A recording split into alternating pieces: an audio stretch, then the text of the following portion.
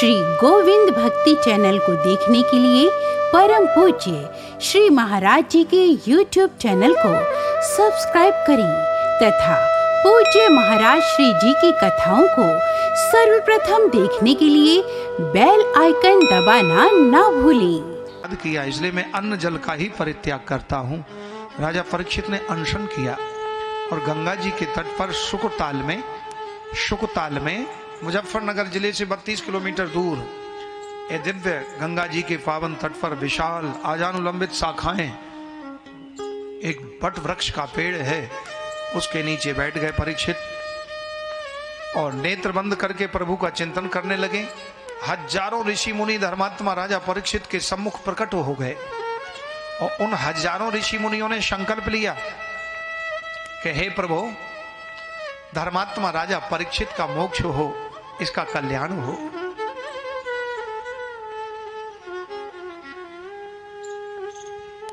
परमात्मा ने उन पवित्र ऋषियों की प्रार्थना को स्वीकार किया। ऋषि मुनियों की उस प्रार्थना को स्वीकार करके स्वयं भगवान ही सुखदेव बन करके प्रकट हुए, राजा परीक्षित को कथा सुनाई। बोलिए सुखदेव जी महाराज की जय। सुखदेव जी ने राजा परीक्षित जी का पूजन किया, वंदन किया, प्रणाम किया और एक ही प्रश्न किया है, हे गुरुवर, एक ही हमारी जिज्ञासा है, कहो राजन, तुम क्या चाहते हो? अतः पृच्छामि संसिद्धिं योगिनां परमं गुरुं पुरुषस्येह यत्कार्यं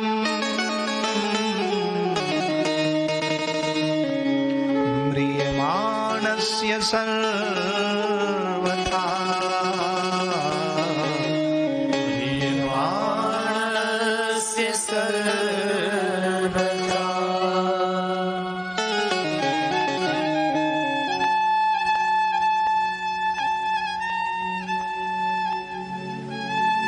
परीक्षित के नेत्रों से झरझर आंसू बह रहे हैं। श्री सुखदेव जी के साक्षात रूप में श्री कृष्ण का उनको दर्शन हो रहा है। गंगा जी के प्रत्येक लहर में श्री गोविंद की बांसुरी का शब्द सुनाई दे रहा है।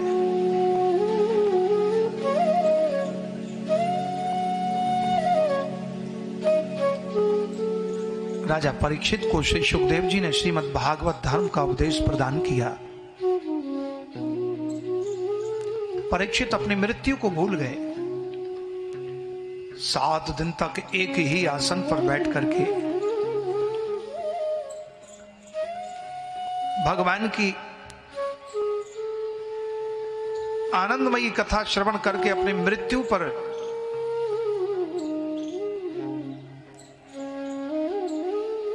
बिल्कुल भी ध्यान नहीं गया। तक्षक जन्य मृत्यु भय से उनकी निवृत्ति हो गई। परीक्षित को अनेक भक्तों की कथा सुनाई श्री सुखदेव जी ने। हे परीक्षित, भगवान अपने भक्तों की रक्षा के लिए अनेक लीलाएं करते हैं।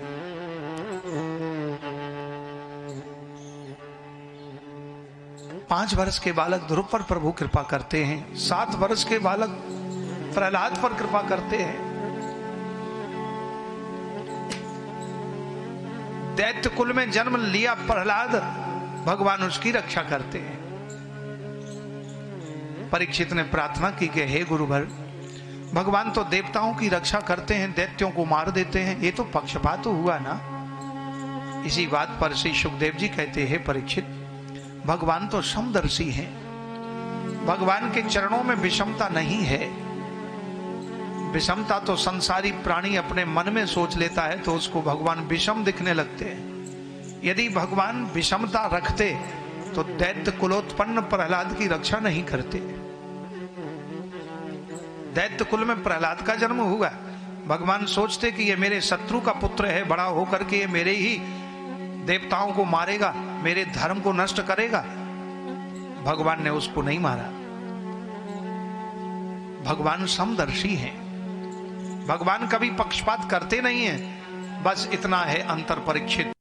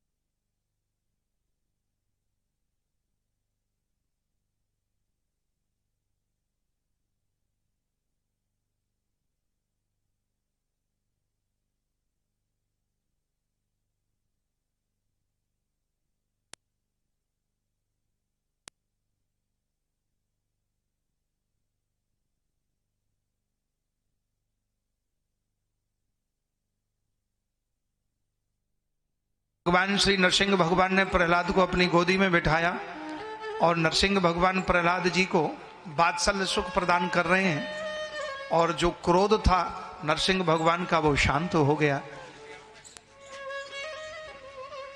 भगवान के नेत्रों से अश्रु बहने लगे, क्योंकि भगवान भक्त के कष्ट को सहन नहीं करते। भगवान कह रहे हैं, हे प्रहलाद,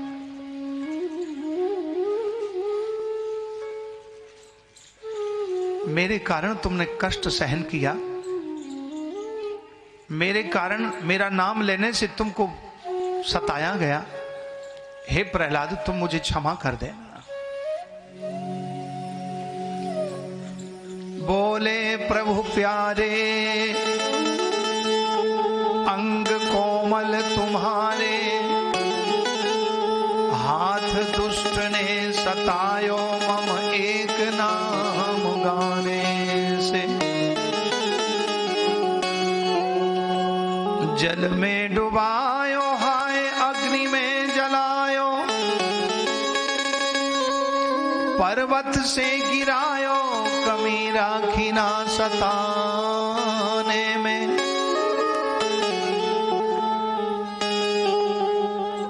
मंजुल मुखारविंद चूम चूम कहे प्रभो,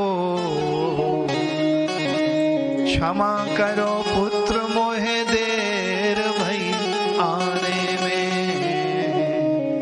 क्षमा करो पुत्र मोहे देर भई आने।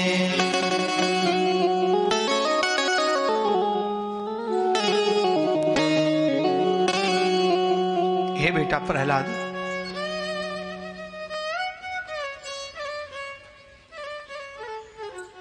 हे बेटा प्रहलाद, मेरे कारण तुमको अग्नि में जलाया, पर्वत से गिराया,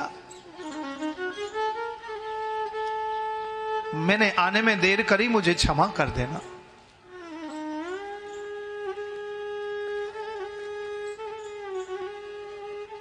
भगवान के नेत्रों से अश्रुधारा, अभी तो क्रोध हो रहा था, लेकिन भगवान भक्त के परमाणु से भगवान का क्रोध भी शांत हो जाता है, क्योंकि क्रोध एक ऐसी व्यक्ति है कि भगवान को भी भगवान की स्थिति बुला देता है। शंकर जी को क्रोध आया तो उनकी स्थिति भूली। जब वो तोती का छोटा सा सुग्गा कथा सुन रहा था तो त्रिशूल लेके और भगवान उसके पीछे भागे। शंकर जी, क्रोध आ गया और वो जो तोते का बालक था, बच्चा था, वो जो है महर्षि वेदव्यास जी के आश्रम में आके और सत्यवती के मुख से माता जी के पेट में चला गया। वही सुखदेव जी के रूप में प्रकट हुए। तो वो त्रिशूल पीछे पीछे भाग रहा था, पीछे से शंकर जी क्रोध कर रहे थे। महर्षि वेदव्यास जी ने कहा, हे प्रभु, आप भूल गए, आपने ही तो वरदान दिया है, और आपकी अमर कथा जो सुन लेता है वो मरता नहीं, वो अमर हो जाता है। त्रिशूल वापस हो गया। तो क्रोध में भगवान भी अपनी स्थिति भूल जाते हैं। नरसिंह भगवान को क्रोध आया,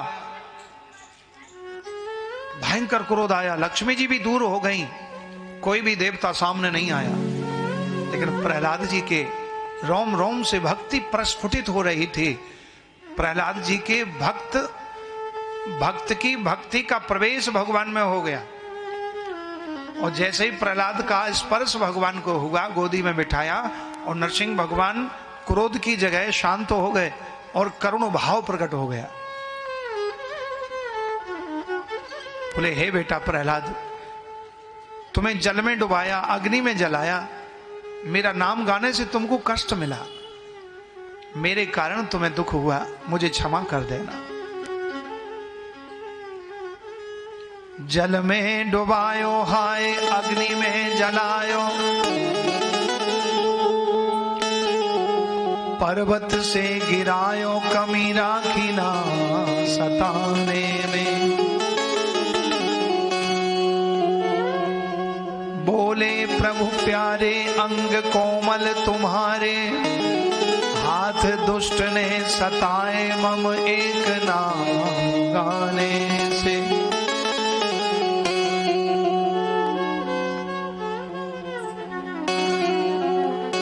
मंजुल मुखार विंद चूम चूम कहे, प्रभु क्षमा करो पुत्र, मोहे देर भई आने में। इतना कहते ही प्रहलाद जी ने भगवान के अश्रुओं को पहुंचा, भगवान के चरणों में प्रणाम किया। भगवान ने प्रहलाद जी को गोदी में बिठा लिया।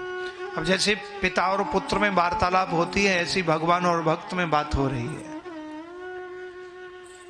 प्रहलाद जी अपनी सब बात सुनाते हैं, नरसिंह भगवान भी अपनी बात सुना रहे हैं। बात होते होते नरसिंह भगवान जी ने कहा, क्यों रे प्रहलाद? जी प्रभु, तेरे को मेरा डर नहीं लगा?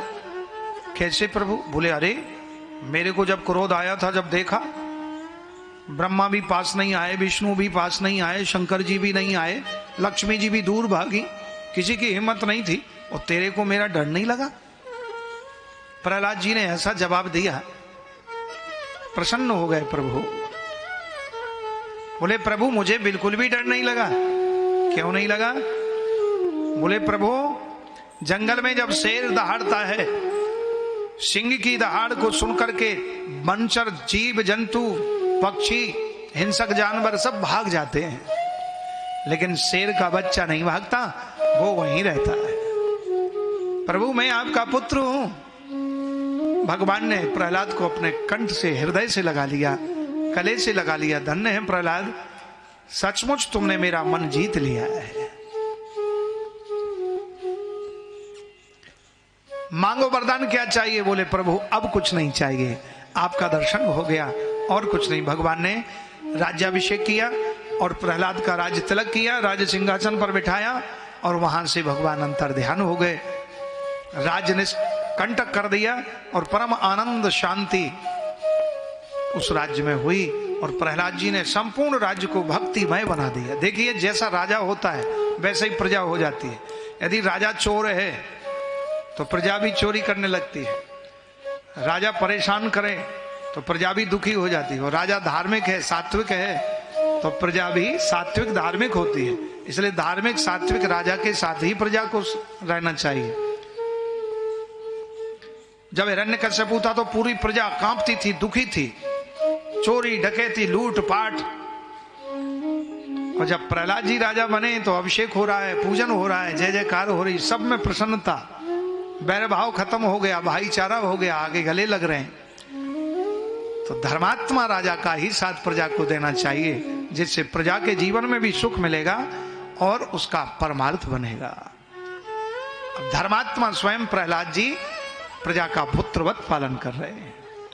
बोलो वृंदावन बिहारी लाल की जय जय श्री राधे। आगे श्री सुखदेव जी महाराज कहते हैं, परीक्षित, भगवान समुद्र मंथन हुआ, समुद्र मंथन में 14 रत्न निकले, श्री मणिरंभा वारुणी अमी शंख गजराज कल्पद्रुम शशिधेनु धनु धन्वंतरी विषभाज। लक्ष्मी जी समुद्र से प्रकट हुई, 14 रत्न प्रकट हुए। देवासुर संग्राम हुआ, संग्राम में देवताओं की विजय, दैत्यों की पराजय हो गई, बलि का वध हुआ। दैत्य के गुरु शुक्राचार्य जी ने मृत संजीवनी विद्या के द्वारा बलि को जीवन दान दिया। वामन भगवान बलि के द्वार पर जाते हैं, क्योंकि महर्षि कश्यप की 2 पत्नियां हैं, दिति और अदिति। दिति से दैत्य और अदिति से देवता। तो माता अदिति ने महर्षि कश्यप से प्रार्थना की, महाराज ऐसा पुत्र प्राप्त हो जिससे संपूर्ण जगत में भक्ति की अभिवृद्धि करे, समता का परिचय हो और अपना भाग्य हमारे पुत्र को प्राप्त हो, देवताओं का भाग्य प्राप्त हो। तो माता अदिति ने महर्षि कश्यप से प्रार्थना की। महर्षि कश्यप ने, सायंकाल का समय था, महर्षि कश्यप ने कहा कि हे देवी, संध्या के समय में 4 कर्म नहीं करना चाहिए। चत्वारिमाणि कर्माणि संध्यायाम परिवर्जयेत, आहारम मैथुनम निद्राम स्वाध्यायश्च चतुर्थकम। संध्या के समय में 4 कर्म नहीं करना चाहिए। आहार माने खाना नहीं चाहिए, संध्या के समय खाए ना।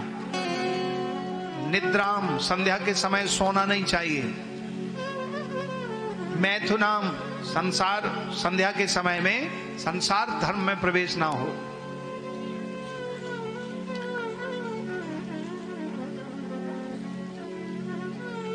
स्वाध्यायश्च चतुर्थकम, संध्या के समय में स्वाध्याय नहीं करना चाहिए। तो किसी ने कहा कि संध्या किसको कहते हैं? संधीयते संध्यायते इति संध्या। संधि का नाम संध्या है।